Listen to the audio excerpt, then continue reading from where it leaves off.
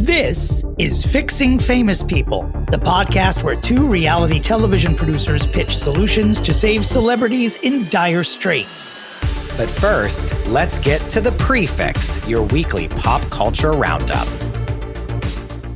Oh, good morning, Christopher. Good morning, listeners. Before we get into, if I may borrow the DeRosa word of the year for the past probably 24 years, before we get to a series of tectonic stories this week, I would like to announce that I am in New York. Christopher is not. I have survived Snowpocalypse 2026. But if I may address my landlord directly, all my windows are open. I'm grateful to have heat. I'm grateful to be housed. But good Lord, Dominick, good Lord, crank it down just a tiny touch, girl. Dominick, you begged to have summer all the time, and now you're having Yes, it, and you don't like it. But that meant that I wanted to be tan and make love on the beach, not sweat in my sleep. This is my landlord and I have two different ideas of what summer is. Well, we're on the opposite sides of the spectrum because I don't have I control all my heat, but my apartment is so old and drafty that I'm like we're in the winter we're like frigid. Like I'm wearing like 17 layers. So well, because the Lord also knows how much you like outerwear. Like I know you want to sleep in your zero waist Daniel floor length denim coat. You do. Yeah, I copy that. Yeah, kind of. I have been around. I've been like all over the country, and I'm like, I can't wait to get back to New York to have all of my clothes again. Like I keep saying that to everyone, and they're like, "Oh, you look cute." Now I keep looking at them, being like, "You have no idea what I'm about to pull out when we get back home." And I'm like, so are we even, I mean, it's like, I feel like we know what you're working on. And because the internet has decided that this will be the least secret show in the history of shows, do we say what you're working on? Have we already done it? We haven't, but I am filming the Real Housewives Ultimate Girls Trip 20th anniversary special. Ooh. Physically, I'm wrecked. Mm-hmm. Mentally, I'm half there. I'm okay. Mm-hmm. It's been worse. It's been worse, I will say. I'm okay. But like, spiritually, flying high, baby. Flying high. Flying high. Would you say spiritually that you're whole, Chris? I'm spiritually whole. We're spelling that both ways, I would assume. Both ways. Right? Whatever way you want to spell it is how I think we all know the way I'm spelling it. Yes, but it's been so much fun. We're breaking the internet every day. So it's been crazy, but very, very fun. I can't really say too much, but... I know. Well, you don't even need to because it's all over Instagram. In the history of television, I've never seen a show be deliberately more leaked. Did I say leaks or leaked? I've never seen it be more leaked than any other show on Bravo. But like we were saying off mic, everyone is running into you guys across the country and posting all pictures. over the place. I don't want to compromise you here, but we're all watching you go across the country on Instagram. And I think that's why it's all over the internet, because they're like, well, we're never going to be able to hide this. So like, we just have to do it. I love a surrender. I love a network surrender where they're just like, sure, come in and shoot the unedited scenes and put those on TikTok if you want, kids. I'll have more stories soon. We are like, I usually don't say anything, but like now I feel like I completely can. But we should probably, when it's all said and done, we should probably do a Patreon and have some of that's a whole like just me just saying every single thing that happened. Yeah, basically. I have been privy to through Chris, I've been privy to some personalized housewife messages on my text that I am legally barred from talking about, but I can't wait to tell everyone all about that. Okay, since it is out there, I will say this one thing. Since it's out there on story and like it's not a secret, I will say I did run in to the one and only Kimberly Louise Zolciak, who gave me my personalized Chris DeRosa cameo on via text. I walked up to her and I said, she's walking one way, I'm walking the other way. I just grabbed her arm and I said, Dominick Pupa is my podcast co-host. She almost fell on the ground. She stopped in her tracks, like as if I said, like, I'm your actual son. Like, you know what I mean? Like, which some people believe. She stopped in her tracks and she looked at me and she said, oh my God, what? I love Dominick. And then she goes, get your phone out.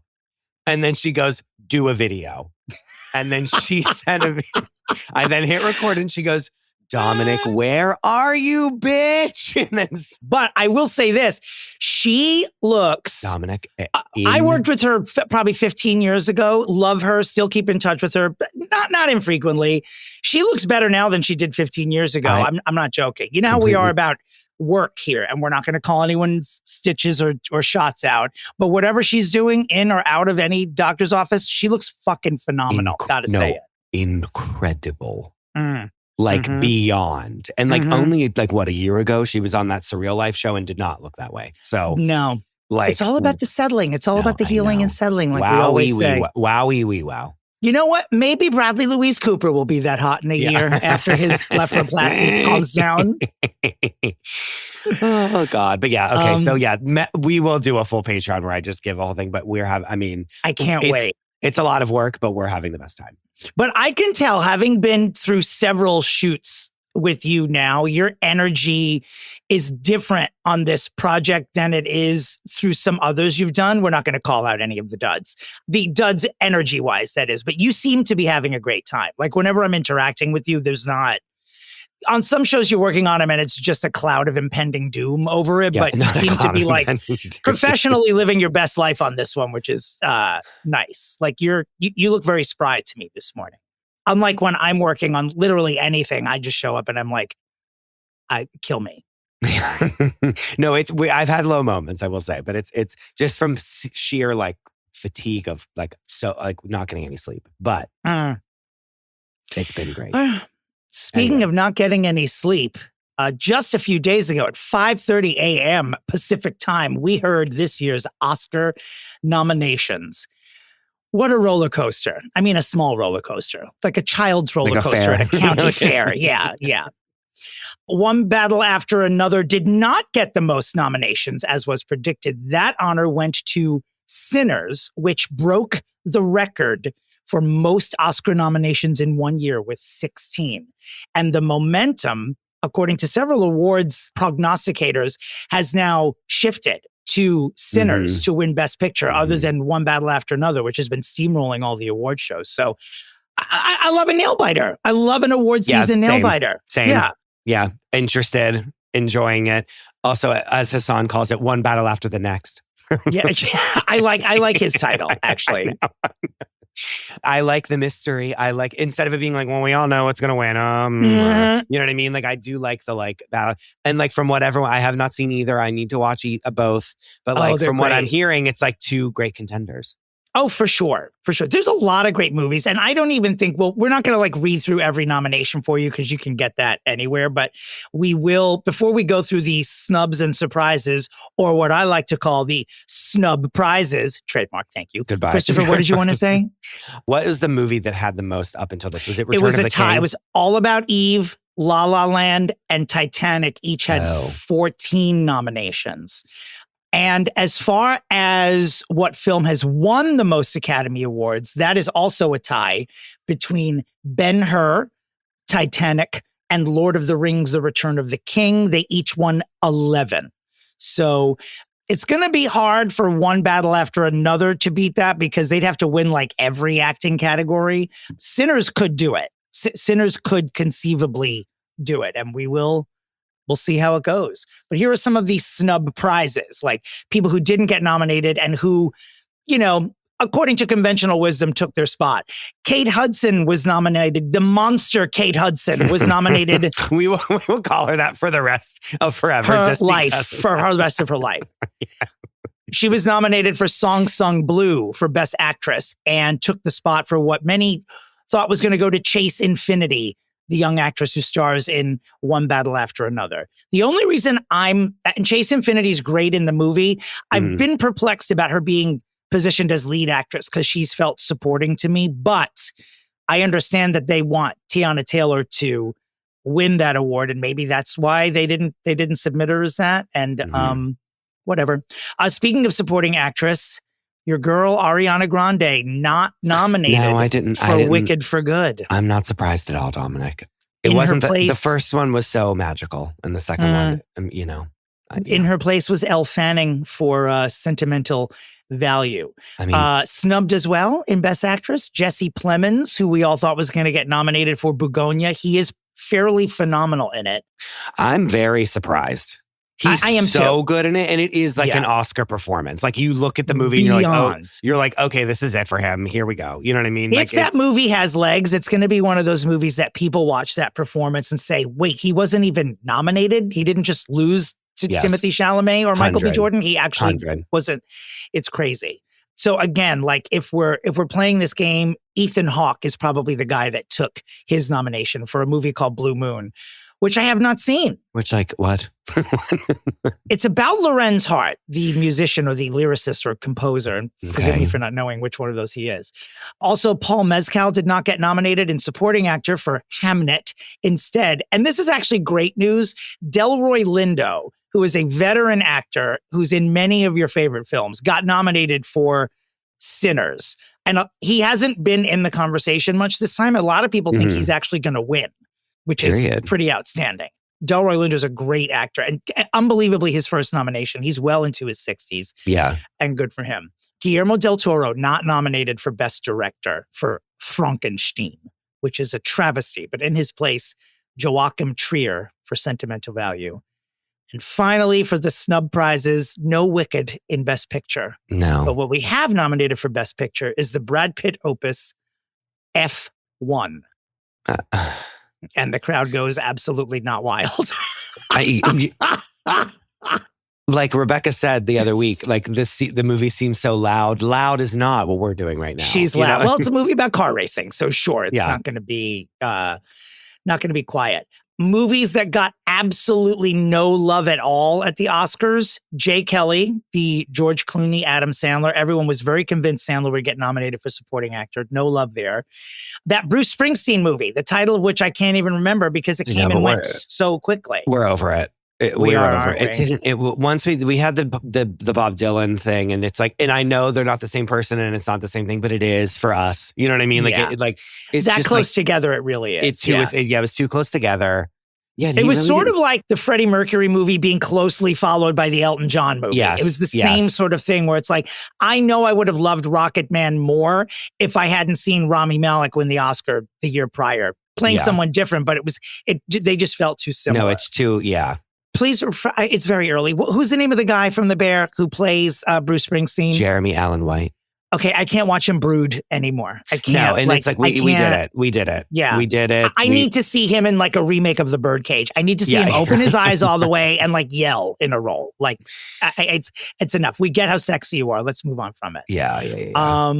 Because this is Fixing Famous People and there are certain people we track no matter what they're doing, we will say no love for Jennifer Lopez's Kiss of the Spider-Woman. I mean, a little bit of a shock because Tino Tua, who is the lead role in that movie, plays incredible. Molina. It should have been nominated for I agree. lead. It's 100%. You know that things fly under the radar, but that's almost a bigger sin to me than Jesse Plemons not getting nominated for Begonia. It's pretty bad. J-Lo's wiggist in Kiss of the Spider-Woman. That's right. No hair and makeup. And of course, Bradley Louise, speaking of this bitch, give me every break nothing for Is This Thing On, which I did. Thank God. Did you see it? Did you see it yet? I'm going to though, but thank God. I'm like doing a happy dance that he just got on principle. You don't want it to be nominated. No, because I want him to know that like we don't give a fuck about him being the B camera of this movie. Do you know what I mean? Like I need him to know that like on paper the Academy didn't give a fuck about him. Like give it 17 million trillion breaks. They've had enough. Shout out to Will Arnett and Laura Dern, who both could have and should have been nominated for that movie there. I know you said you really liked it. I did. Well, because it's the Dominick Pupa story, which we won't even dive into, but it's essentially about like an 80-year-old faggot. He's not a faggot, but like a divorced middle-aged comic is basically what the thing is about. So, hi. Well, now I got to run to the theater. And in the most egregious snub of this or any year, Mariska Hargitay's My Mom Jane not nominated for documentary feature. What? I didn't even know this. Stunned. I'm stunned. What is documentary filmmaking if not that? I don't know. No, for real. Dominic, for real. This is a genuine reaction. Like, wow. I know. Wow. Yeah, 2026. I'm not furious. off to a good start. I'm furious. Not off to a good start. What was nominated? It was the only documentary we talked about this year. Well, they don't. Apparently, the Academy doesn't listen to this podcast. I mean, we as a collective. I mean, like as a like what? But you know, it did get nominated. What? I don't. These eyebrows are going up and down, and I don't know what movie you're eyebrowing me for. What is it? K-pop motherfucking Demon Hunters. Yes. And you know she's winning that Oscar and she's going to give the I'll worst tell you. speech ever. And I cannot wait for them to perform. They better open. They, much like Cynthia and Ariana were performed. I am, how dare you? How dare you put this on that level? But like, they better perform. The three of them better come from different sides of the audience and all meet together in the middle of the, like they do at the end of the movie, and then sing Golden. It is nominated for Best Animated Feature and Best Song for Golden. And speaking of snubs, the two new Wicked songs from impresario Steven Schwartz, neither of them is nominated for Best Song. Neither of them were good. Why are you whispering? You're on the microphone. Good. We can all hear you, Christopher. We all hear you. I know. Are they furious? I don't know. I mean, the film not getting nominated for production design and costuming, that's the only area to me where it seems like deliberate, where they're just like enough already. Yeah. And I'm reading a lot of articles where people are saying, oh, Cynthia and Ariana's creepy press tour is the reason no one nominated it. I'm like, is it? Really? I don't know. Was that I don't know. I'm not in the Academy. So am I thinking like they're acting like creepy lesbians? I'm not going to nominate them because they're touching each other on probably, Access honestly. Hollywood. That's the sad part. The sad part is like, yes, I think that is true. No. And just to clarify, not all lesbians are creepy. These are just two individually creepy lesbians, just to make sure we're adjectives don't have to go together, you know? No. Well, you know, the internet is. Moving on, the Razzie nominations, of course, came out the day before the Oscar nominations. And this year, Snow White and the Ice Cube starring War of the Worlds are leading with 6 nominations each. These, we will read some of them because they're hilarious. Worst Picture of the Year, Disney's Snow White, Star Trek, Section 31, War of the Worlds, The Electric State, and Coming Up Tomorrow. I will move on. I'm sorry, is it called Coming Up Tomorrow? Hurry Up Tomorrow, pardon me. Worst Actor is Star-Studded. I don't know many of these movies, though. They were so bad, we didn't even talk about them. Dave Bautista for In the Lost Lands, Ice Cube for War of the Worlds, Scott Eastwood for Alarum, Jared Leto for Tron. Yeah, winner. Should be a winner. I'm voting for that one. And The Weeknd for Hurry Up Tomorrow. Yeah, goodbye to him, too. He's so now, annoying. wait till some of your faves are in this Worst Actress category. I've seen it. I've seen this part and I'm upset. But Ariana DeBose for Love Hurts. Mila Jovovich for In the Lost Lands. She's still acting. Natalie Portman for Fountain of Youth. Oh, that's sad. Rebel Wilson for Bride Hard. And there's one nomination left. And by the way, when I tell you I haven't heard of any of the 5 films in this category. Like B-movies on purpose. There's no way they're not. Like Bride Hard, Dominic. I mean, I kind of want to see something that's called Bride Hard. But I know. I'm like, wait, hold on. And the 5th nomination for Worst Actress, your original girl, Michelle Yeoh for Star Trek Section 31.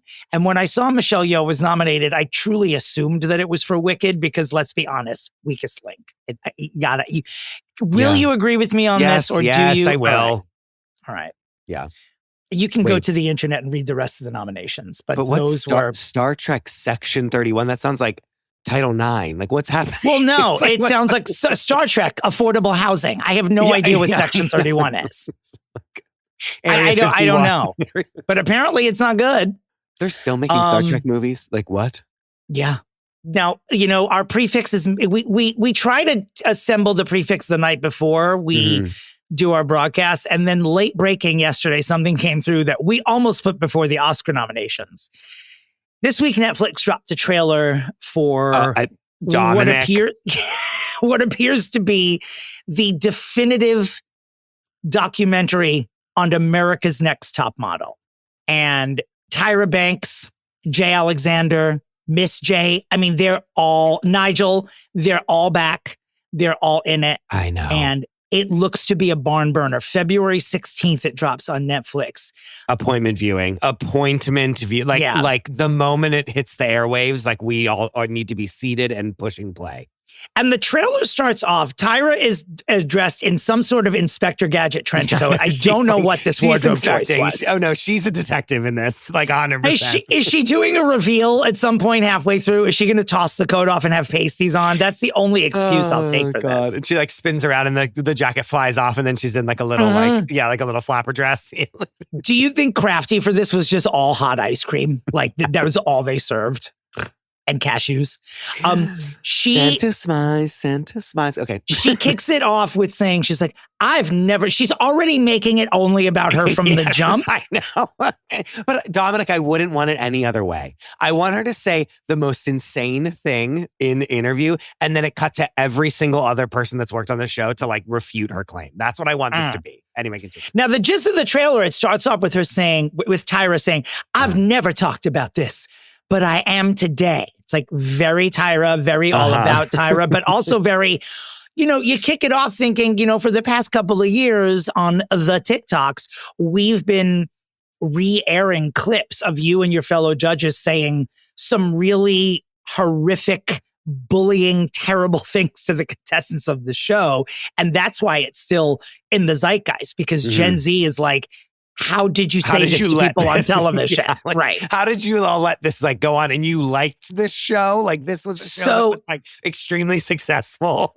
It seems to be that the other judges are on board. Like they're all talking about it in the trailer and cringing. I mean, Jay Alexander talks about, even in the trailer, they did a challenge where they changed the models' races and they go from judge to judge and everyone's cringing. Like everyone's cringing that they did this, and good. I mean, that's good. It's what you want to see. But then we circle back to Tyra Louise, and she's got a bite at the end of this trailer where she's basically blaming the viewership. And she says, furious. I'm paraphrasing, but she's like, you all wanted this, so we just kept making it worse. And I said out loud, there she is. We're not getting a real expose from her. The other judges, sure, but Tyra, no way. No, there's no mea culpa here. Yeah. This is our fault. America's Next Top Model is your fault, America, not Tyra Banks. And I went to the comments. I went to the comments to be like, not you all wanted this. And when I tell you every single comment is someone ripping her to shreds to be like, oh, of course, this is what she said at the very end of the thing. And they put it in the trailer, like this stupid bitch. And I was like dying laughing. Tyra seems so confused. Tyra, let me just tell you some things you thought we wanted that we never wanted. We never wanted you to call these beautiful women fat or gap-toothed. We did not want you to dress up as a private detective for this documentary. And nobody, and I'm speaking for everyone from Australia to Hoboken, nobody wants hot ice cream. No one wants it. No one wants it. Now watch. This will be the number one thing on Netflix for like 17 years. And she's going to be like, where's success? Like, and that's going to go straight to her head again. Right. She's going to be like, it's just like what I did for Dancing with the Stars. Right. She's going to do it. Tyra Banks. Tectonic. The world stopped. That was, you all know in your group chats when you send a story and you have to send a siren emoji with it. That happened here. This was a siren chat story. Christopher, will you give us for our next story the open that this young lady has deserved? Britney watch. Oh, baby. Hi, y'all. Britney Spears has hooked her son Jaden up with music producers. So while she's not going to tour again, here's my only question. Will he be Jaden Spears, or will he, dare I say, be known as J-Fed? Because that I will not accept. Oh, no. I will not accept a J-Fed in my life. But that's his real name, isn't it? It is I will accept Britney Spears' son as a pop star, though. I'll take Jaden Federline as the next Harry Styles. I will not call him J-Fed ever. Let this be the last time. Oh, no, not J-Fed. Oh, no. Oh, no, and I'm nervous that that's like maybe possibly a possibility. I mean, we can change his name. It has to be Jaden Spears. There's no way. What if he does what Melissa Rivers did? Melissa Rivers, who is really Melissa Rosenberg, and just takes the mom's name. He has to. Jaden Spears, that's how you become a pop star. That's how you let the world know you're on the right side of history. Yes. Jaden, stick with your mother. Sons, and stick with your mothers. Kevin Federline will have he'll do a press tour of a lifetime if this happens, by the way, and be like, she's ripping me away from my kids, blah, blah, blah, blah, blah. Sure. To which I say, what about your other kids that you had before you met Britney Spears? period. Well, while he's on that tour, maybe he could stop by a CVS and pick up some conditioner, even a cheap kind. I just don't understand why it's taken so long. He's like 50. Do a rinse, a cream rinse. Okay, here's the thing though, Dominic. Mm-hmm. Jaden being like, I'm hooking him up with music producers, that the door has just creaked open 1 centimeter. Do you know what I mean? For her, you mean for her to join him? For her, yeah. For like 1 centimeter. And then she goes to the, then he's doing music and he's sending her the samples and she's like, oh my God, you're doing so great and blah, blah, blah. And maybe she puts up 10 seconds of it on her Instagram story. And then she's like, oh, I'm in the studio with Jaden. Like, you know what I mean? Eventually she's there listening as he's performing and she's there. And then her just being in the proximity of a recording booth, that heals the world. Wow. Because then that was poetic. I mean, yeah. She's going to be like, well, what about like if on every, and then here we are. I think on every one of Jaden's songs, it's going to be like a Where's Waldo, where on every one of his tunes, at some point we'll hear Britney go, oh yeah, just on every single song. Why not? Let's make it fun. Remember when Dark Child would make people say Dark Child at the beginning? Or like Red One does that too. Like, in Just Dance, Red One. I just want to hear, yeah, at the beginning, or like when Jason Derulo would announce his own name. Remember that? Yeah. I think he does that even when he walks into 7-Eleven, doesn't he? Where's Jason Derulo? Should he be on the list? Know. He's probably stroking that dick. I can't believe I just said that out loud. No, good Lord. He probably is. He is so hot. But where's his music? I think he's just taking a break. He's under the steak lamp with Kristen Chenoweth. You love the steak lamp nowadays, by the way. I don't know. I am so onto it right now. I can't. It is good and makes sense. And I know exactly what it means. But the steak lamp is hilarious. Anyway. Appreciate that. I think this is the door being creaked open 1 centimeter and we all need to be happy and supportive. You imagine if Britney like turns herself into a Kris Jenner type person where she's just like momaging her son's careers and then her grandsons. And, K-Fed lives in like an outhouse on the outskirts of their property.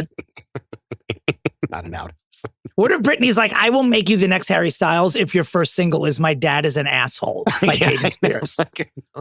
Fatherless is the name of his album. Speaking of fatherless. Yeah, it's time. Kanye West, whose children appear to be fatherless. Kanye West or Ye or whoever the fuck he is now takes out a Ye is not. I don't allow that. We don't like Ye because that's a word of joy and he brings none to anybody. Yes. How dare you? Kanye West takes out a full-page ad in the Wall Street Journal apologizing for his behavior over the past 5 years. He is not anti-Semitic. He loves Black people. He is. He talks about BPD, talks about having bipolar disorder, also talks about getting into a car accident 25 years ago and the injuries from that, paraphrasing here, seemingly the injuries from that contributing to brain disorder, which might have caused BPD, et cetera, et cetera. It's sort of, he's taking many wide lefts in this apology. It's many paragraphs long. Basically, he wants back in, is the gist of what I'm getting from it. He's like, I didn't really think I'd be ostracized this far. Here's my apology. Is it sincere? I don't know. I don't know what your group chats are saying. Ours are calling bullshit. We're just saying this ain't it.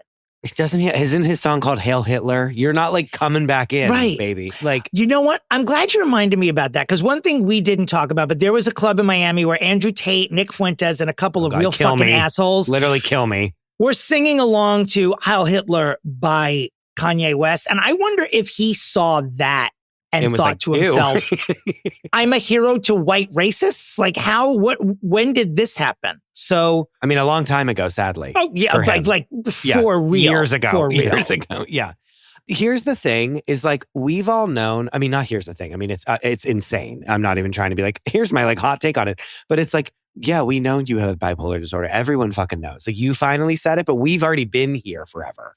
He thought we knew it was something. I mean, we knew he was mentally ill many years ago. When he yelled at Sway, never forget. Oh my God, Sway. Where's Sway, by the way? Where's Sway? He's doing a podcast that we don't listen to. And people are going to write in and say you don't know everything. And we don't pretend to know everything. He's probably like Secretary of the Interior. He's been this whole time and we don't even know it. He's on Name That Tune with Jane Krakowski and what's his name? And Randy Jackson. Is he? Do you No. remember when we were like, are they both destitute? And then we were like, oh, they're on like a humongous NBC show that makes like so much money. Okay. No, goodbye.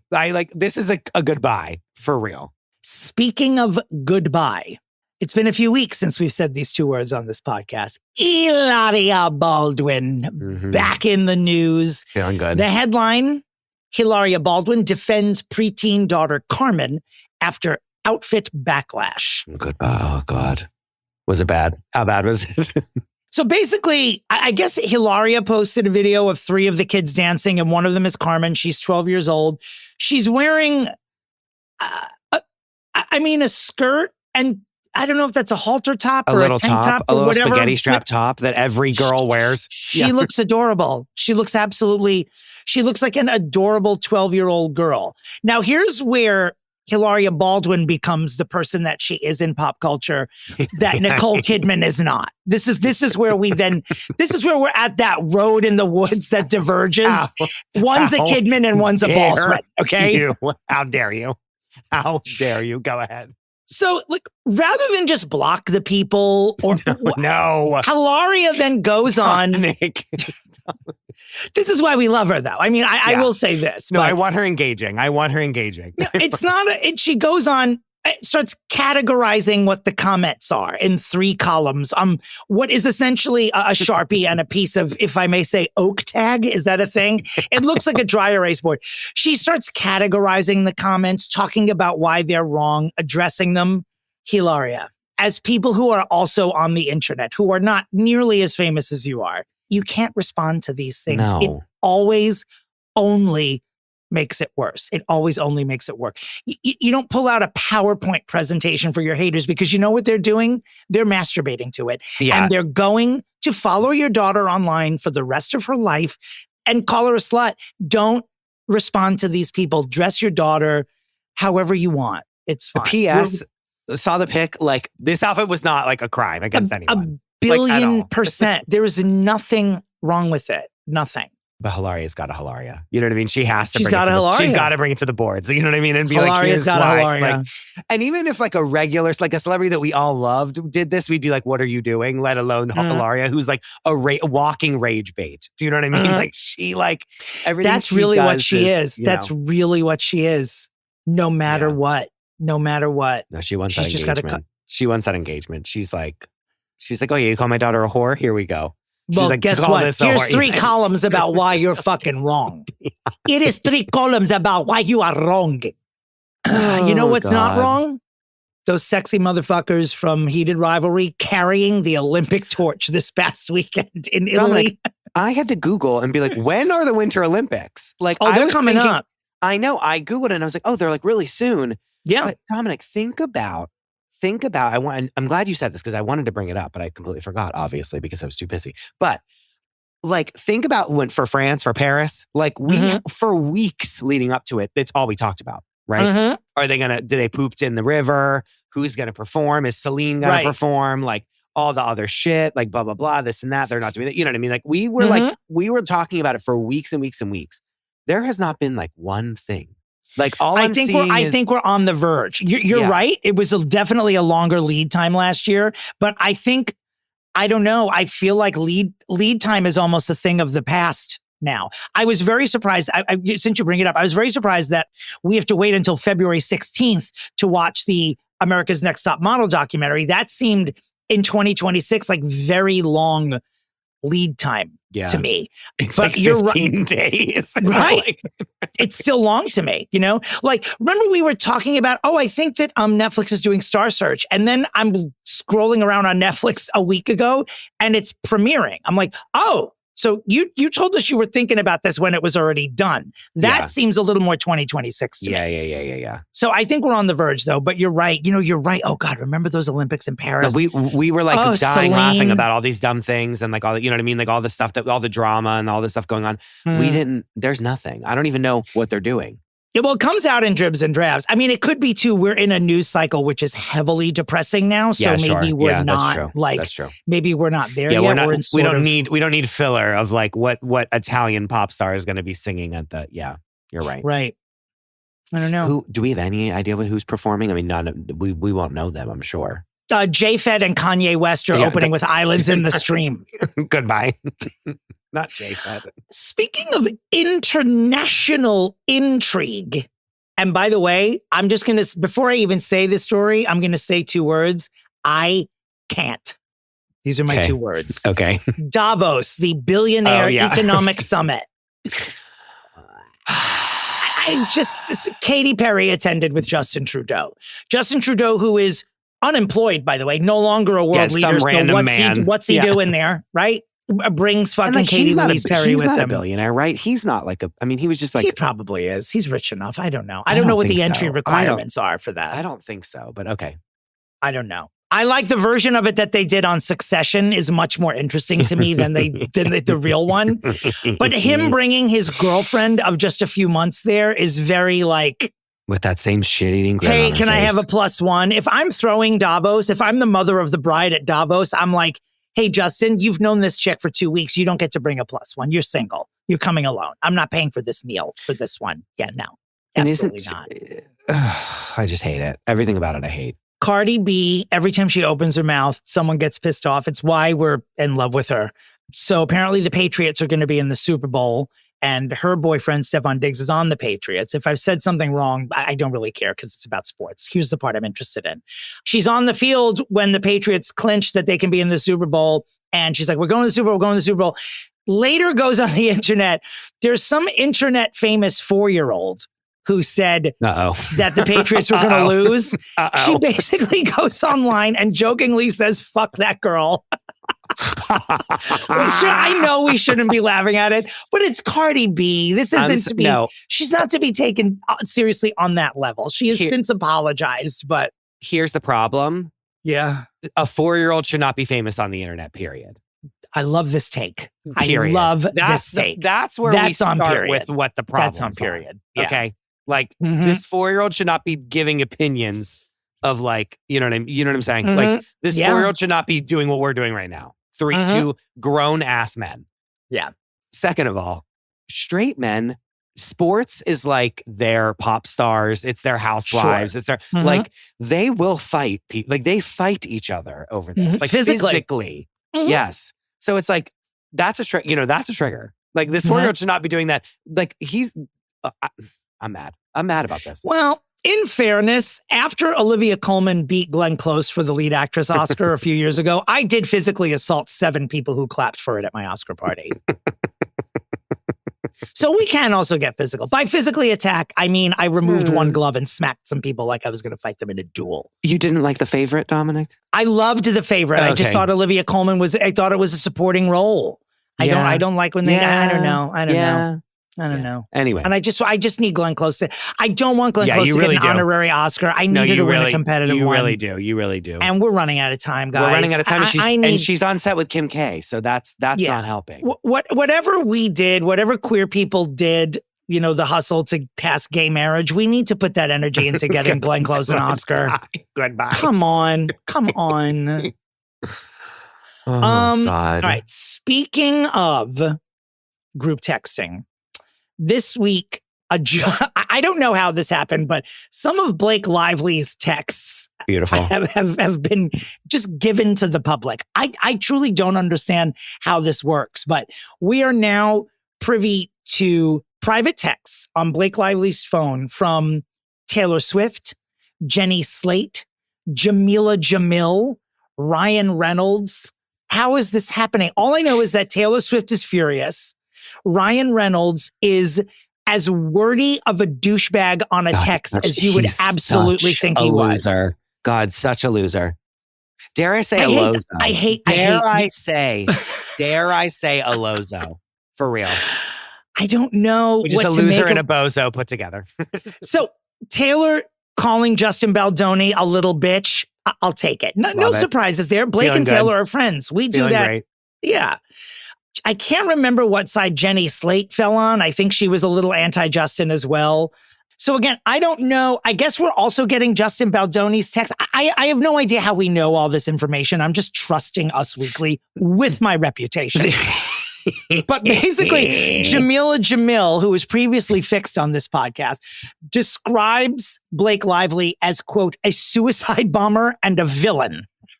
I do like that she's. Oh, yeah. Like coming on the side of our boy. I will say that. I do like that there is one defender. Uh-huh. And her response to all this, I'm going to say, is chef's kiss, because she has said, quote, "In short, I slagged off an actor in private over their diabolical press tour in August 2024. And then the phone of the person I was texting got taken and its contents were handed over to a third party, which unfortunately, but classically, resulted in my text being seen by the exact person I was slagging off. LOL. 4 months later, that person filed a lawsuit, not an LOL." That involved the person I'd been texting because, of course, and for some reason, a year later, my texts were released in spite of having little to no relevance with the case, with my name unredacted to the entire world.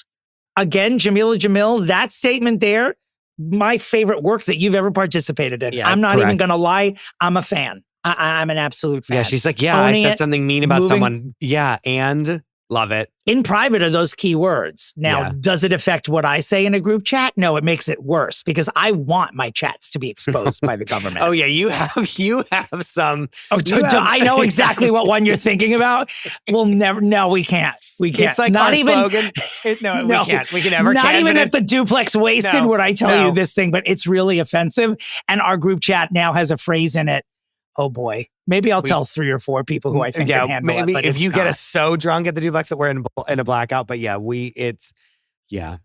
all I'll say is that it's about Jelly Roll. That's all we're going to say. That's all. We better move on before I say something stupid. Look, if the next couple of chapters of this Lively Baldoni scandal include more of these texts, I may be back on board. No, I know. I'm a little back. I was going to say, I'm like, I have one toe back. You know what I mean? Just to see what's up to, just to see Taylor Swift texting is fun. You know what I mean? Yeah. Like, that's fun. I think these things make her look better. I think these make her look like you're like, in a you much have like better real light. emotions. Yes. You're like a human being and not like this fucking like victim, whatever the fuck. You know what I mean? Yes. Yeah. Like it gives her like levels, you know? Your weekly Oh Mary update is that it's going on a national tour, details to be announced. So we talk with so many people online about it. And in New York, when John Cameron Mitchell is done, oh, this is such wonderful news. And obviously we have to go see it again. No, we literally have to go. I have to go now a 4th time to go see this. The insanely talented Maya Rudolph will be assuming the role of Mary when John Cameron Mitchell is done. And we're back. I will be seeing it a 4th time. Oh, I can't get enough. Truly can't get enough. Signed, sealed, delivered. I'm yours.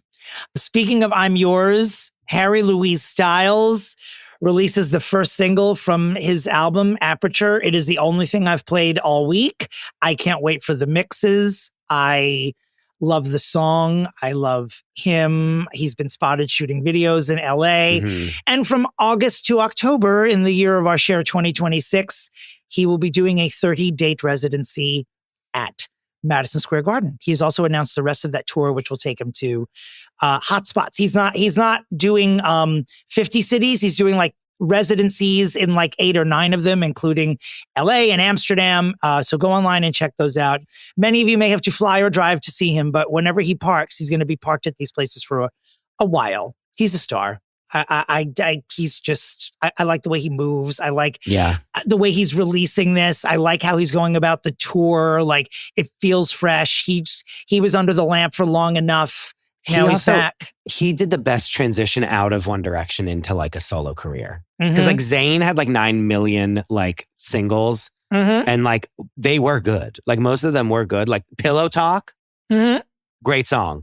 But like they never like the other ones never have like gotten there. And he really like went away, did a different kind of music and like he really did a good job of it. And now is like a legitimate celebrity. Yep. Yeah. He's a star. There was a minute like a month before he came out. I was like, I wonder if we shamed him enough for beating Beyonce for album of the year that he's actually like, maybe I don't want to do this anymore. But he was like, yeah, that didn't mean anything to me. He's like, no, I'm still here. Like, yeah. But he took his time. He did.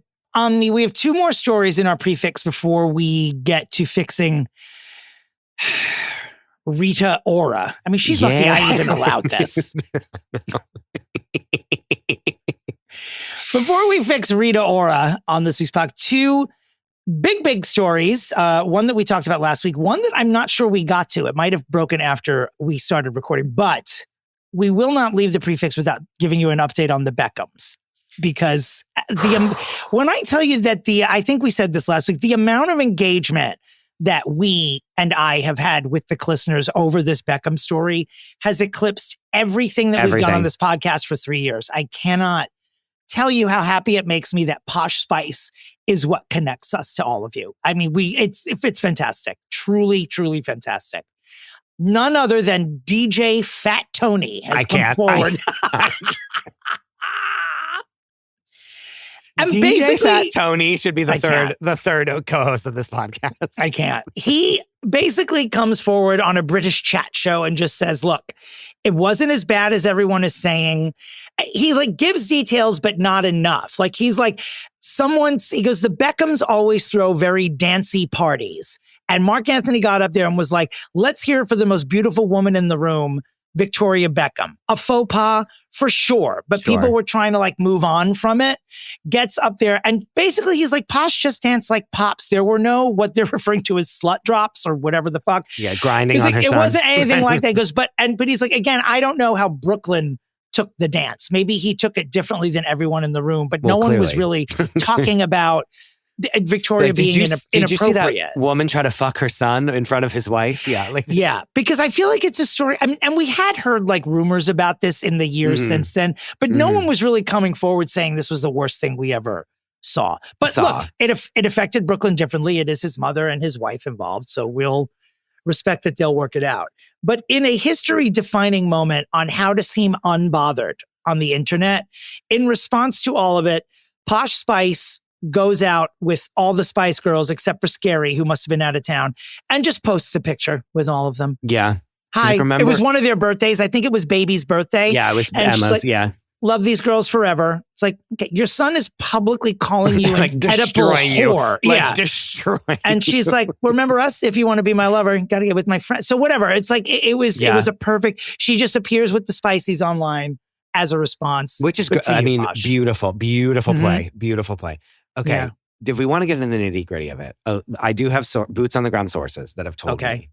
They said the whole Victoria Beckham wedding dress thing.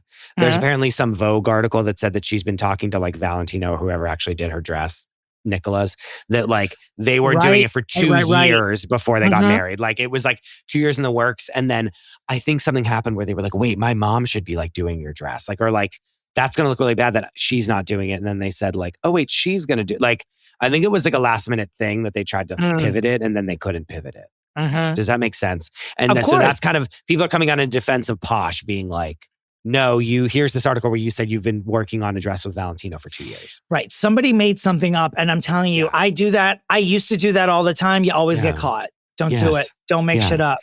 And then also, again, someone told me that everyone they talk to, every makeup artist, every this, every that, a listener / someone in the know, wink, is saying that basically every makeup artist they've ever talked to, every person they've ever that's ever come in contact with Nicola says that she's a fucking monster. That is true. That is also true. That she's wanted to become famous for so long. She desperately wants to be a celebrity. And she's mean, terrible, horrible to her, the people that she employs, blah, blah, blah. So I don't know if it's possible. No, no one's off the hook here, but I don't even know if you can you grow up with that much money and not have that be your personality? No, the answer is no.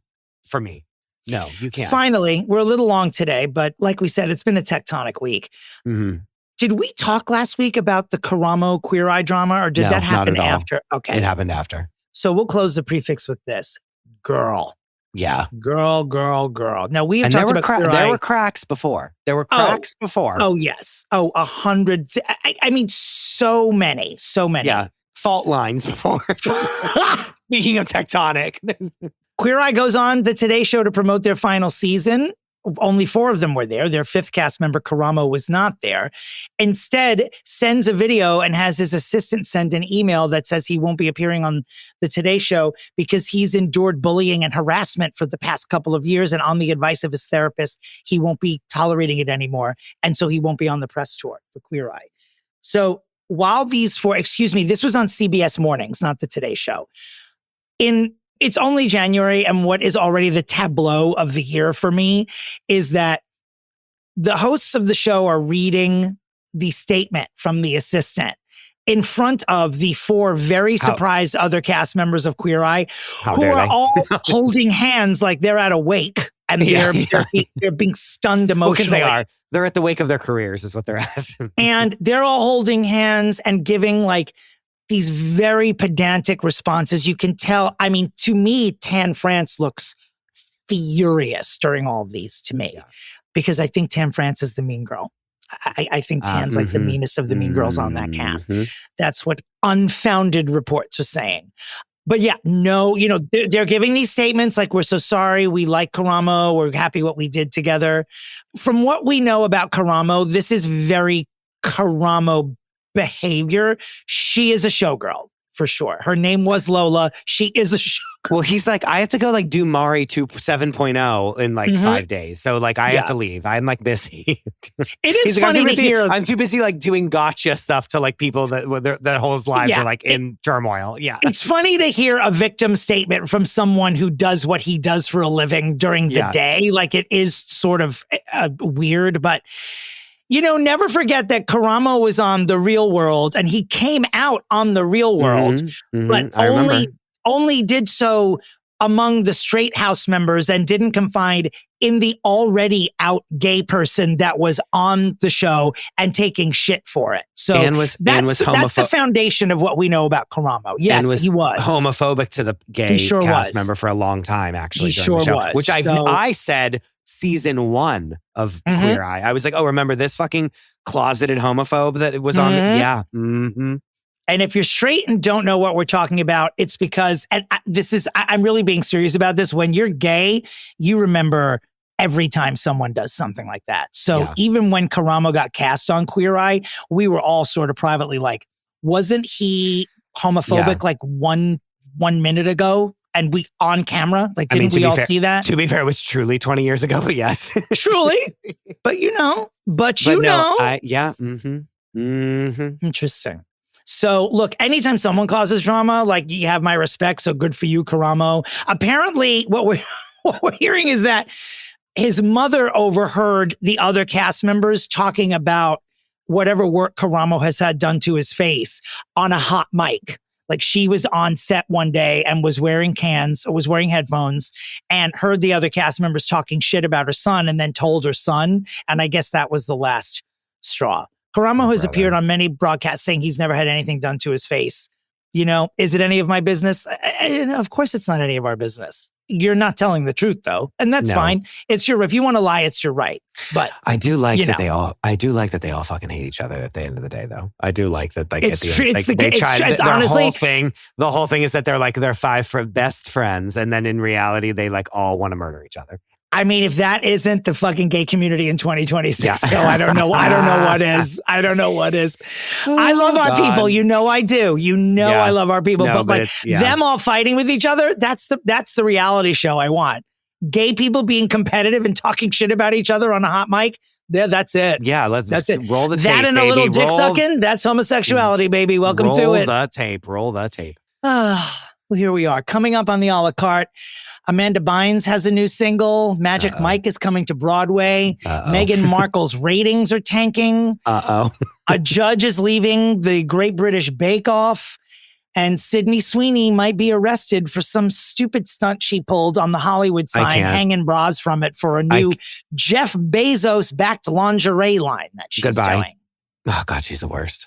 What about, well, we'll talk about this, but many people are thinking that Jacob Elordi is going to be the new James Bond because he's so high profile. He doesn't have the right age for it. No, I don't like it. But part and parcel of that is they're saying Sydney Sweeney might be a Bond girl along with that. No, what? Yeah. That's horrible. Okay, I hate I'm gonna say something on this on Maine right now because I'm gonna hold you to it because we've talked about it for such a long time off camera, and don't get mad at me. Okay. When we eventually decide to do video on YouTube of the entire Pre-Fixe, the face you just made when you found out Sydney Sweeney might be a Bond girl, that's the fucking reason that I want all of this Pre-Fixe to be on YouTube. You finding out the way you react to something pop culturally, the the combination of glee and disgust, it's a face that should be trademarked. Okay. And I need the world to see it. Because that was fantastic. And we leave you with that. We'll be back in a few minutes with Rita Ora. Please, if you are a Patreonette or an Apple subscriber, go listen to the a la carte. We love you. We'll see you after these vital messages.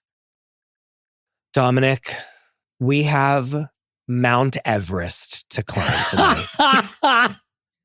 This is a day that I thought would never come. And it's also a day that I am so excited is finally here. You guys know and love her from her podcast, The List. It's Quincie Zari here with us. And hello. She has done the unthinkable. And that is choose to make us fix Rita Ora. Woo! And before we get there, before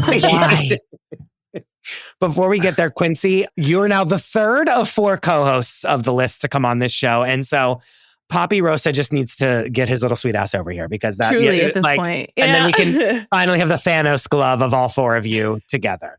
For the people that don't know, tell us one little thing tell us about The List really quickly. Hello. Yes, my name is Quincie Zari, as Chris has mentioned. Also, I'm going to tell you about me. So I'm a Brooklyn-based creative producer, project manager, dog mom, and yes, a co-host of The List. So The List is a podcast of 4 lovely hosts, myself, Takara Elise, Maria Andezzo, Pape Rosa, and essentially the 4 of us bring one topic. And that is The List. So one thing we absolutely must talk about, pop culture, just like a weekly life anecdote, something political. We just shoot the shit. We're known in the streets as the View Yassified or a Yap Session Rules. The View Yassified is perfect. Perfect. Exactly. Yes. Funny. Yeah. That's funny too. And now, Rita Ora. Where do we even begin? Rita Ora has been on the list of fixables for well over a year, probably 2. No, Dominick, I think like from the beginning. Like I want to say like from maybe the first couple months, but like she was on the list so long that I put her on the Untouchables list because no one picked her. Like she was the reason I came up with a list that was like people that have been on the list so long that they're now like rotted, like they're like rotted on the vine and they just have to come off because they've been there for so long and they've been collecting dust. Yeah, and I can see that because she was not my first choice. My first choice was taken, Vanessa Hudgens. But something about her name, every time I looked at that list, it stood out to me. And also, I always think of that damn Black Widow, baby. I just think of her scream. Only song that I know that of hers. It's the only song. Yes. The only song. We will sing it. I will sing it soon. We're going to play the middle name game shortly, which has to have a bit of an adjustment this week, which I'll explain why. But as far as this podcast's history with Rita Ora, I will reveal something to you that very few people know, but I will now tell the world. Okay. I don't know why this is the case. I have no explanation. I don't know if these 2 women are members of the same race. I know they're at least 10 years apart in age, but I'm telling you that I don't know why these wires are crossed in my head, but Rita Ora and Willa Ford have lived in this. Right, thank you. Your face is saying what my brain is saying every time I do that. And it's like, why? When I tell you that I'm certain, Chris, the first time we had a conversation about Rita Ora, I'm like, that's the girl that smacked Nick Carter. I don't even think Rita Ora and Nick Carter have been in the same room together. Actually. Yeah, and Willa Ford sings "I Want to Be Bad with You, Babe." That one, right? She's also 44 and Rita's 34. They're not even like. You want to know who I think Rita Ora they really tried to compare the 2 or like create the white version of this person, Rihanna. I always felt like Rita Ora was like a diet Rihanna, Shasta, Great Value Rihanna, whatever you want to call her. Not Great Value Rihanna. I mean, Rita Ora wishes. They really tried to repackage that. She wishes that she was diet Rihanna. Wishes she was Rihanna. She wishes she was diet Great Rihanna. Value Rihanna. Yeah. Okay. Yeah. And I don't know why she bothers me. And Chris and I have discussed this as well on and off the pod. I don't know. Like I see her and I'm just like, oh, not her. You couldn't get anyone. And I don't know. I don't know why. Being a half asshole, I'm sure, is part of it, but like that comes with the territory. I don't know what it is. It's a universal feeling because I feel that way too. And I think most people do. We're going to find out why. We're going to solve that mystery. We joke about it. Every time we bring her up, like Dominic and I just like, it's a full like screeching halt. And then we both are just like, like it's such like lore, as the kids say, of this show that like, we're like, one day we'll fix Rita Ora because there's like, we have no idea why she's famous and we have basically no idea who she is and like why she exists in the world. Like, and it's really sad. And it's not because we're mean. Like half of it's because we're mean, but it's also like, but she does nothing to move the needle. However, like Quincie, someone who's consistent. Nice is like, no, she sucks. Like, what are you talking about? Sucks. Yeah. And like, why is she's played the fame game so wrong. And someone else that is going to be put on the list right now that also has done this is Halsey. I'm putting Halsey in the same. I didn't even respond to that text. When you texted me you wanted to fix her, I was like, Chris is drunk. I'm not writing back. Like, there's absolutely kind of a thing. Like, I was thinking about, get back to her being kind of like a great value Rihanna because she came out like to the US on that Black Widow song with Iggy Azalea. And this is like when Iggy Azalea was at her decline when that song came out. Yeah. Because of all the black scent, all the controversy. Us seeing that video of her not knowing how to rap. Yeah. Her freestyling and it was bad. Yeah. The whole thing. And so I think that they really also, I did a little bit of research on Rita Ora because I honestly knew nothing about her career, but she was signed to Rock Nation. So I really do think they were trying to like repackage Rita Ora into like the white version of Rihanna. Didn't work. See it. Sure. And I also think that like we also had, it was a really busy time for recession pop. We already had Chainsmokers. We had Halsey. Like it was too crowded. We couldn't have another. It was too crowded. And there was no follow-up. But before we go any further, let's do the middle name game. Let's do the middle name game. And so I think my limited research that we do, it doesn't appear that she has a middle name. How she is presented, she was born, she is Albanian and she was born in what is now known as Kosovo, but what was Yugoslavia when she was born in 1990. She is 34 years old and appears to be, what's after Scorpio? She's November 26th. I ask this every time. Thank you. So that's her sign. So no one's going to guess her middle name because the middle name, I think she was born without aura. Her first name was Rita Sahatsiu, S-A-H-A-T-C with a little thing underneath it, I-U. And it seems like aura was added afterwards. So that Albanian name is what's being served as her middle name on the internet, but it's not actually her middle name, nor is it even guessable. So I thought it would be easier for us to guess her husband's middle name. Okay. And that is, of course, the Academy Award nominated wonderkind Taika Waititi. And a lot of why I even know who Rita Ora is I mean, I love Taika Waititi and I think that his movies are great and I think he's always been intriguing. And when I found out he was marrying her, I was like, well, there's got to be something super interesting about her if someone this sort of intelligent would marry her. Yeah. Wow. Yeah. But that's what everyone thought about. That's what people thought about like Bad Bunny.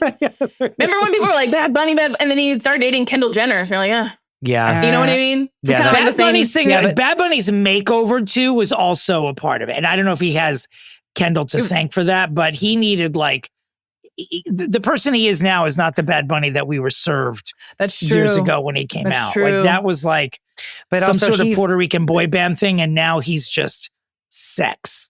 But also Kendall, no one's dating Kendall Jenner for real. So like that's public. That's true. Like, PR relationships. It's she's also an AI creation. She's also in fairness a homosexual. So like that's the other that thing. Too. That's like, the blind items. Yeah, she's closeted. They've said it for years and years and years and years. So and they found that she was going to come out with the Proactive when she announced that she had acne. She had acne. Her big coming out was that she had acne. Yeah. Never forget. Anyway, I can't remember if that was before or after the Pepsi commercial, but anyway. Never forget. Everyone froze. Okay, so Taika Waititi's middle name. So yes, so her association with Taika Waititi was what made me pay a little bit more attention to her. I'm still seeing why she is worthy of Taika Waititi. And I'm also wondering how many insulting things we can say about this person in the first 10 minutes. Trigger Fantastic. warning. This is we were this mean to Katy Perry and we can't stand her. Yeah. No, trigger warning. This is probably the meanest we'll ever be for the foreseeable future on an episode, and also the most misogynistic we'll ever be because she's just so underwhelming in every single Unprovoked. way. Yeah. Unprovoked, of course. Yeah. She's done nothing to us.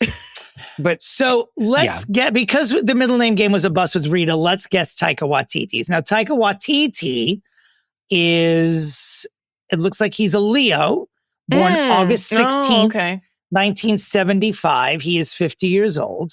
He was born in Wellington, New Zealand in 1975. Waititi is not his actual last name. It is a stage name. It is a professional name. His actual name at birth is Taika, and his last name is Cohen.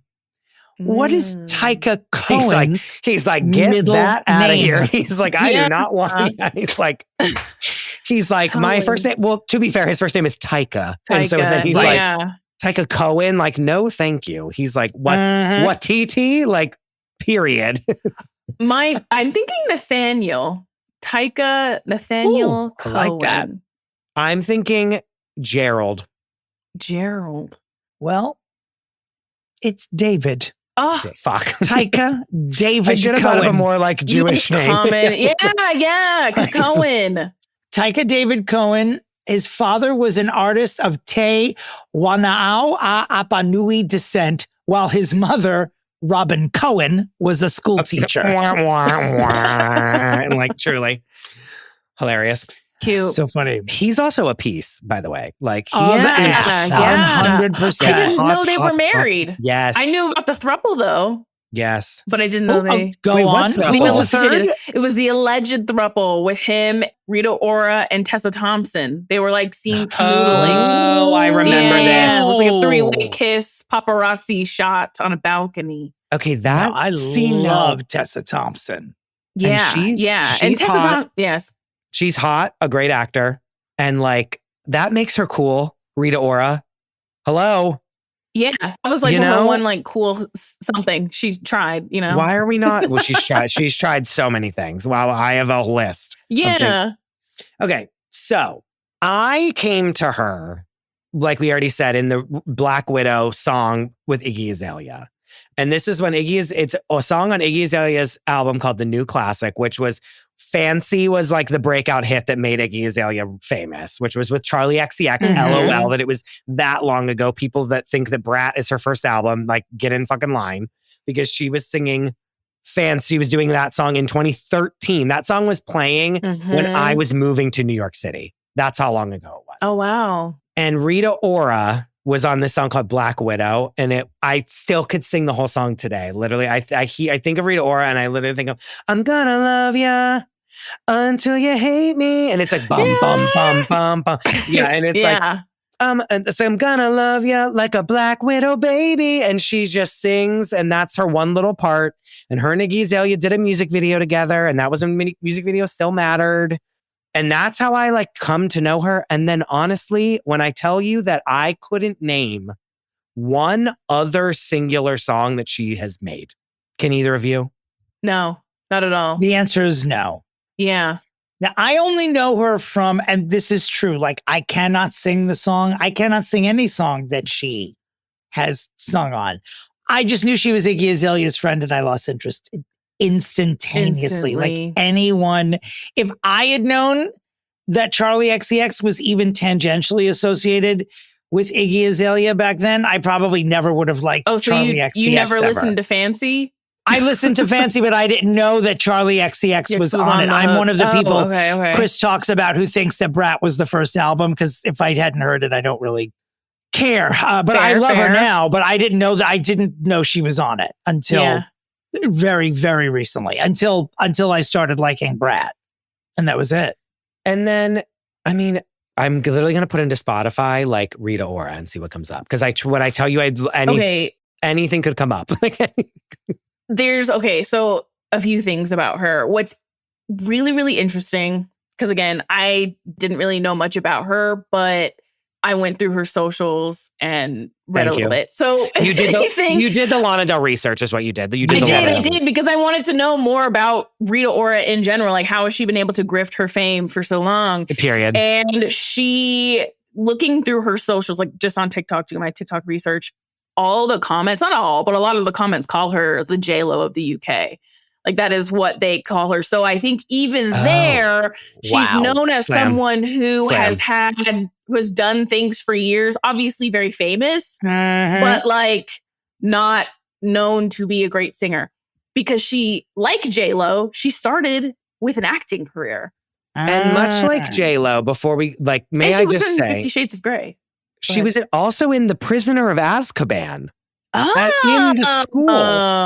I'm finding this right now on Google. Yes, Rita Ora was an uncredited extra in Harry Potter and the Prisoner of Azkaban, appearing in the background of Professor Trelawney's divination class scene. She has joked that it was a choice between being an extra in the movie or going to school, and she chose the film experience. That's crazy. Yeah. Right? So, yeah. Okay, her being the J-Lo of the UK just solves this whole problem for me. Yeah, yeah, because she's been consistently famous making the music. It's just, okay, a couple of other things. So she was a child actor and then went on this like BBC Eurovision reality show and then dropped out because she didn't feel like she was prepared enough. Sure. And so her manager was the one who like did some outreach and got her signed to Rock Nation just like after that show. So then that's when I think she like signed in 2008 or something like that. And then started to put out. Yeah. And so that's where her music career really started. But it's like always doing that like, kind of like recession poppy sound. Like it was never really anything good. Like her voice is good. It's just the music itself is just really lifeless. It's just like whatever. Yeah. So first and foremost, every time I see her on camera, all I hear in my head is, "You want this so bad, don't you? You want it so badly." And she like one is gorgeous, like much like J-Lo. If she's the J-Lo of the UK, like much like Jennifer Lynn Lopez herself, like I find her so beautiful. Like even just these photos of her, like in the Google, like that come up, I'm like, you're like stunningly gorgeous, body be banging, like we're like, I just wow is what I think. Yeah. I'm just finding out now, by the way, as a lifelong fan of the Fast and Furious film franchise, Here we go. I am stunned to know that she had an uncredited role as a race caller in Fast and Furious 6. Oh, wow. It's making me rethink how I feel about Rita Ora because I love the Fast and Furious films. Wow, are we really just like coming around on her? Is it happening live? I feel it happening. Is it because of a less than 3-second appearance in a film 11 franchises ago? 11 films ago? Wait, she was in Fast and Furious? No, but that's big for Dominic. Was 6 a good one, Dominic? I can't tell them apart. They're one long movie to me. Much like Stranger Things, they're one long film, right? Literally, yeah. Right. They're one long thing that Tyrese checks in and occasionally tries to ruin, and then I ignore it and we keep watching. Okay, so here are some like key things about her that I just roll my eyes at her for, okay? One, like she has all this music. We said one nice thing about her. Now here comes 75 destroy other her. Things. Yes. Okay. One, I don't know one of her songs. Like not one of her songs has creeped onto a playlist of mine. Like not one of her. And again, I'm in like hyper pop. Like her songs should bleed into my Spotify like daily thing. They're not even trying to put her music on my things. And now Hassan, my boyfriend, Quincie, you don't know him, but like the only reason I know who anyone is music wise that's not from the 2000s is because of him.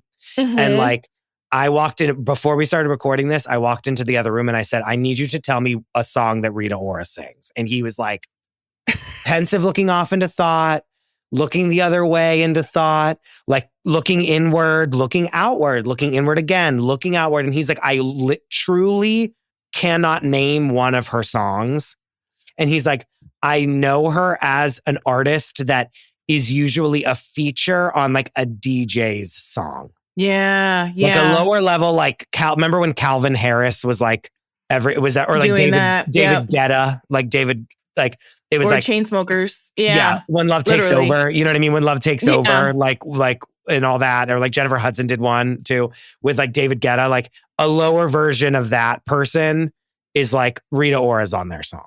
Yeah. And like for Hassan to not know one song of hers other than obviously Black Widow, which he said immediately. And I was like, other than that, that's rough. And it's not her song. And she just put out another album. And again, like what? She's going on tour. Where? With Kylie Minogue. No. Yeah. So when you're saying too, like I listened to Kylie Minogue radio and she's not even playing when you listen to Kylie, like, yeah. So she literally is. Okay, now I feel bad. Because that's rough. Like that's to not even like have a song come across your desk, like as you're like seeing a playlist that has been AI created for you. Like that's hard. Yeah. You know? Okay, so then I believe that she was on The Voice, like of a different country. And I'm going to look at it right she now. definitely was a judge on, I'm going to say X Factor UK. I think I saw it earlier today, but I think she was definitely a judge on a British talent show. Then when Dominic, not to invoke your girl, but when Nicole Scherzinger had to leave as a host of The Masked Singer because of Pussycat Boulevard, her stand-in was Rita Ora. Who then, or was it that Nick Cannon was not there? Hold on. Nick Cannon, was he America's Got Talent? To the internet. Did Rita Is Ora Nick Cannon host? also on The Masked Singer? Yes, he's the host. Oh, I thought he was on America's Got Talent. Quincie, he's both. He does both. He's done both. He's done both. He's got 500 kids. He's doing all the jobs. Yeah. He's got a lot to do. So she is a judge. She replaces Nicole Scherzinger, which up until Pussycat Boulevard, I would say that actually would track perfectly. Not going to lie. But because Nicole Scherzinger is someone up until very recently was like kicking the can down a lane and hoping that someone came along to scoop her up. And what is that? What is Pussycat Boulevard? Pussycat Boulevard is what Dominic calls her rendition of Sunset Boulevard on Broadway. Oh yeah, she is on Broadway. Yes. Forgot about that. Okay. You're like, what is this? And you're like, you She should got a know. Vegas show? Call it that. Something we made up. Something that Dominic made up is what it is. A Vegas show. It should have been a Vegas show. So then she's on the Masked Singer as a panelist. And then that's how Taika Waititi is one of the people in the costumes. Oh, Because then he comes and like lends met. his star power. No, they're already together. He lends his star power to like try to elevate her on the Masked Singer. Doesn't work. Doesn't work. I forgot until I just Googled, did Rita Ora host the Masked Singer? Rita Ora also hosted the one season of America's Next Top Model that Tyra did not host. And I tried to find it. I couldn't. It's not on Hulu. I really want to watch it. I think it's on. Oh, is it just that one season's not on it? Yeah. Well, Hulu only has up to season 16. So I think it might be on Paramount Plus. Oh my gosh, I need to watch that. Because I remember watching it with my friends and we like watched it every week. And like, we were like, oh my God, it's a whole new era of like America's Next Top Model. And then they had one season and then they didn't renew it ever again. Yeah.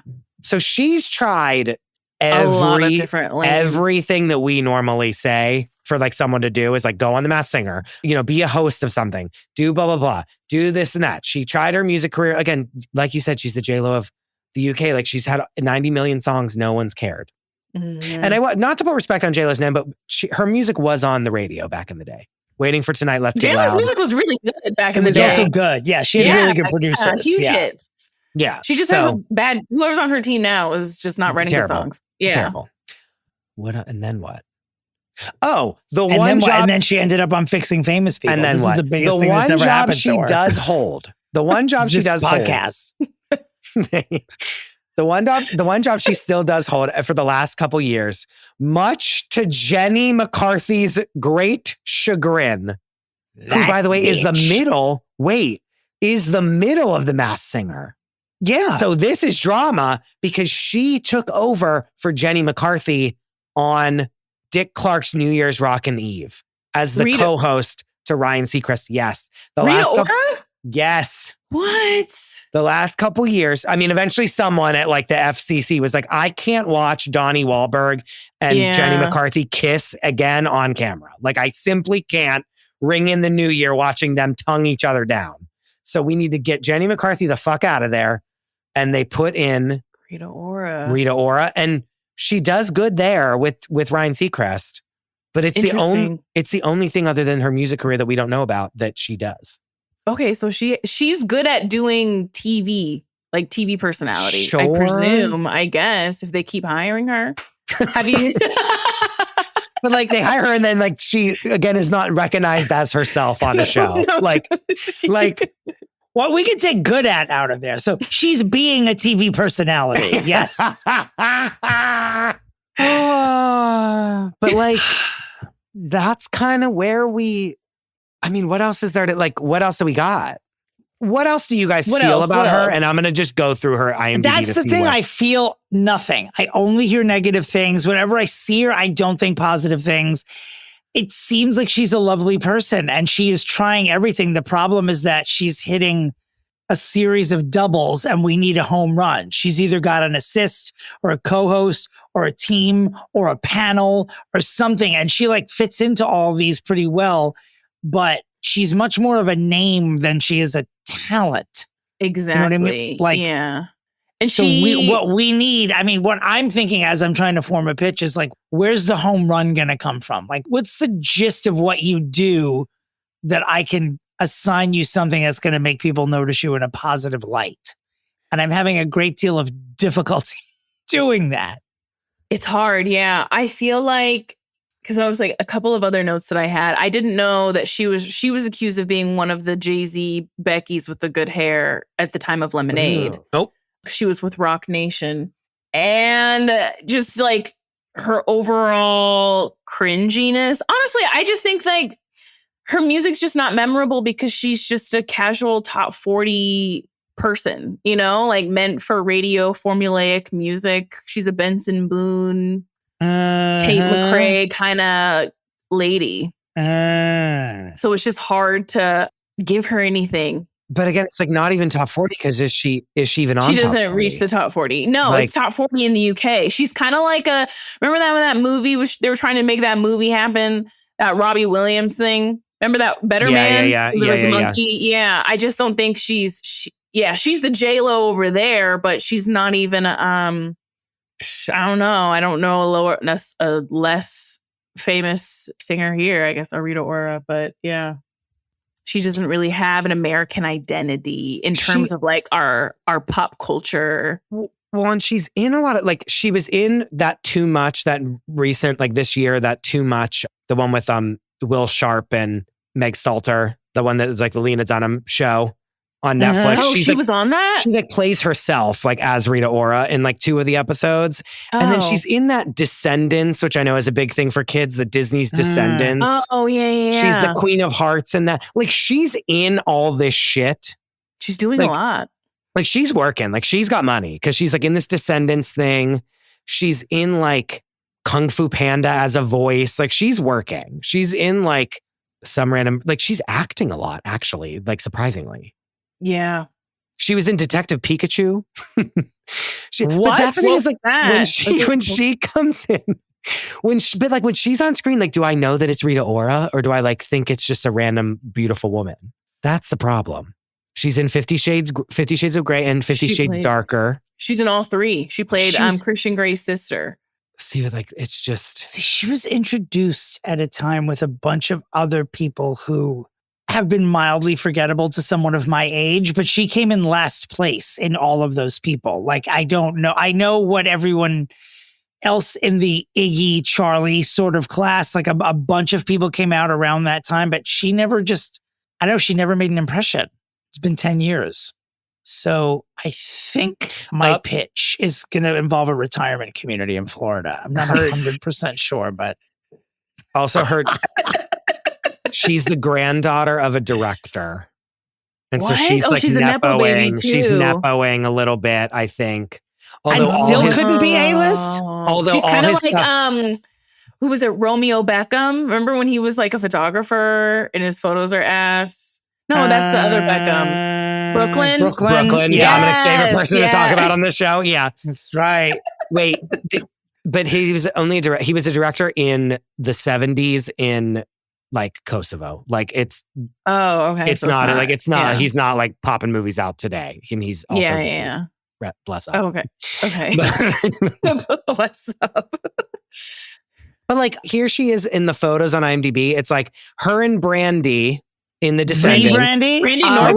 Brandy Norwood, our Brandy. Her and Brandy in The Descendants, like looks great. Like her on Watch Dogs Live. Was Brandy playing Cinderella in The Descendants? I think so. That's so cute. I love that. Yeah, like, we're just like too old. We're like we just like wouldn't know this because we're just like too old and not watching it because it's for children. Like her on Watch Dogs Live looking gorgeous.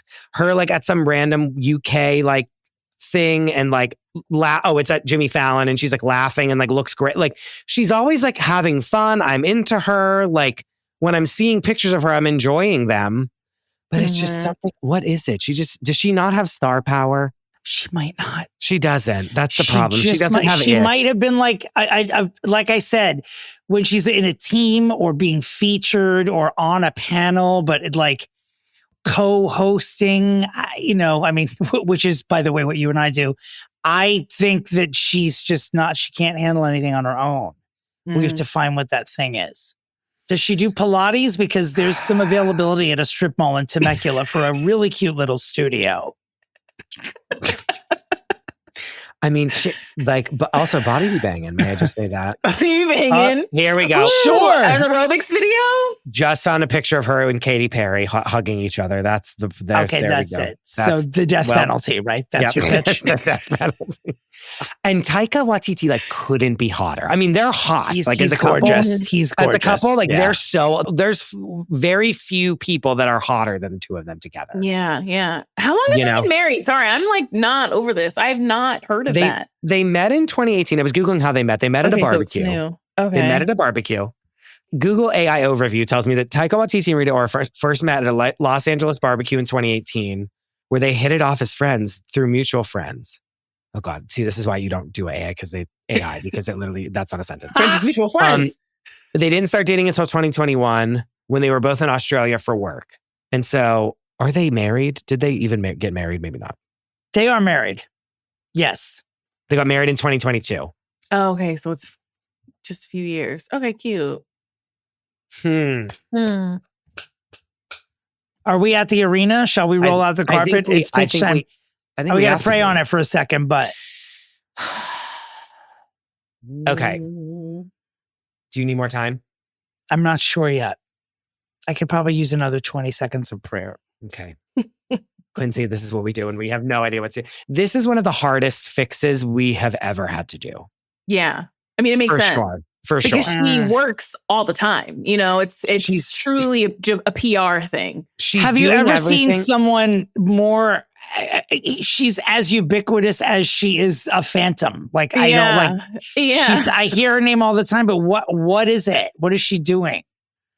And truly, like, but Quincie, you like the J-Lo of the UK is like you unlocked it. I know I've said it 6 times now, but it's like, but the one thing that I will say is like, but J-Lo gets us, like we talk about J-Lo every week because she's when she shows up, she's a star, and I don't feel that way at all about Rita Ora.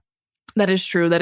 Yes. I think everyone can agree. Yeah, J-Lo is a star. Maybe Gen Z on the internet doesn't agree. No, but it doesn't. They weren't there. They weren't there. It doesn't matter. Yeah. They didn't see the dress. They didn't live through the dress. Okay. Yeah. Oh, a superstar even. A superstar. Which is not. We're not even commenting on levels of talent compared to other superstars, but she was a superstar. Yeah. At the turn of this century, for sure. She is. You're right. She is. And still is. Mm-hmm. P.S. Great in Kiss of the Spider Woman. Like she was great in it. Oh, she was good. Okay, she was good. The part is small, but like she was great in it. Everything she did was great. Okay, I'm ready. You ready, Dominic? I'm excited. Go for it. Okay, Rita Ora. Much like we just said, like you're the J-Lo of the UK. But when J-Lo shows up on a red carpet, whether it be dressed as a spider, a literal clitoral spider, in the ugliest dress that's ever been constructed ever, or not, like heads are turning when J-Lo does that. Mhm. When Rita Ora shows up, it's like heads are looking towards Taika Waititi. Yeah. Sorry to say. And so what I think must happen is that he is such a star. I need them to combine their powers. Mhm. Nothing that they have done yet has been together other than be hot on the red carpet, which I enjoy. Mm. I need her to act in a role that he constructs for her that gets her Oscar buzz. If she can get nominated for an Academy Award, and then like she needs a full makeover because there's still some styling things that she's still stuck in 2013 Totally. Black Widow baby music video, that like hair-wise and outfits, much like Demi Lovato just got out of that. Like Demi Mhm. Lovato just got out of like her style problems that have plagued her for a decade. Rita Ora, if she would get a real fucking stylist, like Stylist to the Stars, like Oscar turn, and her show up and look like $1 million, like she could, that gets us talking about her, and it gets us like, it gets the blood going with her. I like But that. she I like needs that. she needs to tap into his A-list status and pull herself up from like this like C-list fare that she gets. And then I would say with your pitch, maybe no song either. No song. Okay, yeah, I'm no talking song an for the movie. acting We're- a role Only, that gets yeah. her nominated for bare minimum a Golden Globe, but maybe I would hope an Oscar. But like again, she's currently in The Descendants on Disney Plus, so like we are where we are. But like if she could get a nominated or like very high nods in a role, and they need to go on the press tour of a lifetime, that it's like, we wrote this together and this is like our baby together, blah, blah, blah. And he's going to direct me. And it's like, and then we like fuck afterwards. And us all be like, oh, you know what I mean? Like horny because we like hear about them banging. And again, like the whole threesome of them and Tessa Thompson, we barely even brought it up again because it's like, that should be really cool and interesting. And like, we should be horny for the three of them in a sex tape together. But we don't even care about that because it's like we're so distraught by how bad her career has been. You know what I mean? Totally. And so it's like, if we could get like some like them in a press tour together for this role, that then gets her into the conversation. And that's like opens the door to so much more for her, I think. And it's the only thing that she hasn't done. Okay, yeah. And I know it's a weird, like, it's like a kind of like a, yeah, of course, this is what you're saying. But like, that's kind of like all that I feel like she has left to like elevate herself. I mean, that's a pretty solid pitch. The music is not hitting. Like, we need to put the music away. Yeah. She needs to act her ass off in something. And because of that, like with a real big studio's money behind her, get her a makeover, make her look like $1 million on the red carpet. And then she shows up to the Oscars looking like sex on a stick. And he's with her and they look incredible. And then that's like the story of that year's Oscars, is like them in this like romance of like artistic creation together. That's fun. Okay. That's my pitch. Okay. And that's my pitch, Dominic. Wow. Rita Ora. I have struggled up until this very moment thinking about what it is that you should do. I love Chris's pitch, and not only do I not think I can think of anything, when I can't think of a pitch better than Chris's, I will do a circus pitch, which is something I know isn't going to win, but let's just be fantastical about it. And then as Chris was reading down all the things that Rita has already tried, it's sort of a lifespan of circus pitches that she's done, literally one after another. So while I don't actually want to submit her doing Pilates in the Temecula strip mall, it's actually the best thing that I can think of with very little. I feel like a one-sided Velcro right now. There's nothing for me to stick to with her right now. I'm just honestly, like everything I'm trying. And I don't think that I've done this before, but my actual pitch is for her to just retire. Like, there's nothing wrong with just hanging it out, being a partner in your spouse's business. I don't want to be misogynistic, but they are in a heterosexual marriage. But I think that there's a lot to be said for just support your husband's business. If the genders were swapped, I would say the same exact thing for Rita Ora or whatever his name was. Goodbye, Rita Ora. But I'm like, you've done all this. I think it's real cute. And now I think it's time for us to be in the, hey, remember Rita Ora era? I think that's it.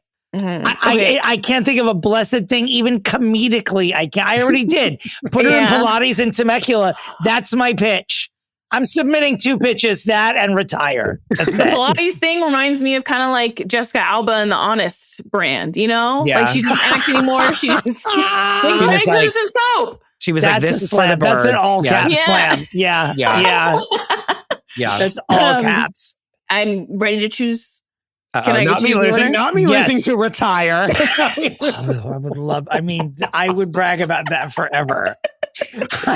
No. I will say, I feel like this was a misogynistic episode. And then we're saying this on the heels of that Vogue article. Did you see it? Like, my boyfriend is embarrassing. It's embarrassing to have a boyfriend in 2025. No. Yeah. It's like the polls are in. It's embarrassing to have a boyfriend in 2025. And it's like, it's bad to post them and be associated. God. So it was like hearing your pitch, Chris, it reminded me of that. Cause now I'm going to be famous with my husband. Sounds kind of not cool. But I'm going to choose it. Thank God. Yeah. Quincie, I needed a win desperately. I don't think you understand. Well, I think this is her last. If this doesn't work, nothing will. This movie is her last hurrah, and then if all else fails, Temecula will be there. Yeah, and ready for her. P.S. Dominic, people are DMing me saying, "Can we go to Temecula? Like whenever you guys are here in Palm Springs in LA." They're my God, we should go to it is close. They literally we should go to the Chick-fil-A in Temecula and take pictures outside of it. We do call out Temecula a lot. We do. What's Temecula? What? Nothing. What'd she do? Well, okay. Temecula. Ego Wodum was Lisa from Temecula on Cook My Meat. Yeah, that was the best thing of all time. But even before Cook My Meat, Temecula was always sort of like a funny California. Tori and Dean had their Timbuktu. in there. But like Timbuktu, like I'm going to Temecula. And RuPaul always uses Pacoima as her city when she's doing comedy, and we just use Temecula here. Temecula. Okay, that's fair. Yeah. Oh, God. Thank you, Quincie, for this win. Yes, of course. Excited to be here. Thank you for having me. And I'm sorry about that curveball. Had to choose it. Yeah, thank you. Got her off the list. It was interesting. This has been an interesting hour. This was in an unprecedented move. We took someone off the Untouchables left and we did fix them. And that was clearly, this is history. This is clistery for fixing famous people. For real. And if in 2 weeks from now, Rita Ora announces the movie with her husband. Would you die? Will you die? I will literally die. You know that movie? What's that movie with the I've never seen it. I think it's like European. And it's like the 2 dudes and the girl, or is it Scarlett Johansson and another girl and the guy? Ooh. Scarlett Johansson and Penelope Cruz. And who's the guy? What's the movie about? The guy, but it's the threesome stuff. So I was like, maybe this is the Tessa Thompson movie. Oh yeah, no, her and Tessa Thompson with some guy that looks like Taika Waititi. It would be banging. Yeah. But this has been an absolute whirlwind. Quincie, thank you for being here. Where can people find you? Thank you so much for having me. You can find me on Instagram. My Instagram handle is Quincie with an IE, Zari, at Quincie Zari. And then also too, you can find me on The List.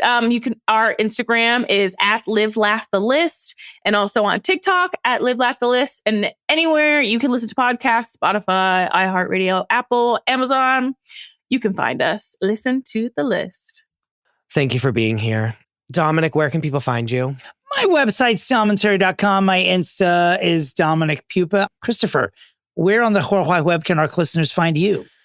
You can find me at the DeRosa. You can find the show at Fixing Famous People, and you can find the Patreon at patreon.com/fixingfamouspeople. I wish you both well, and as always, where's Shelley? Goodbye.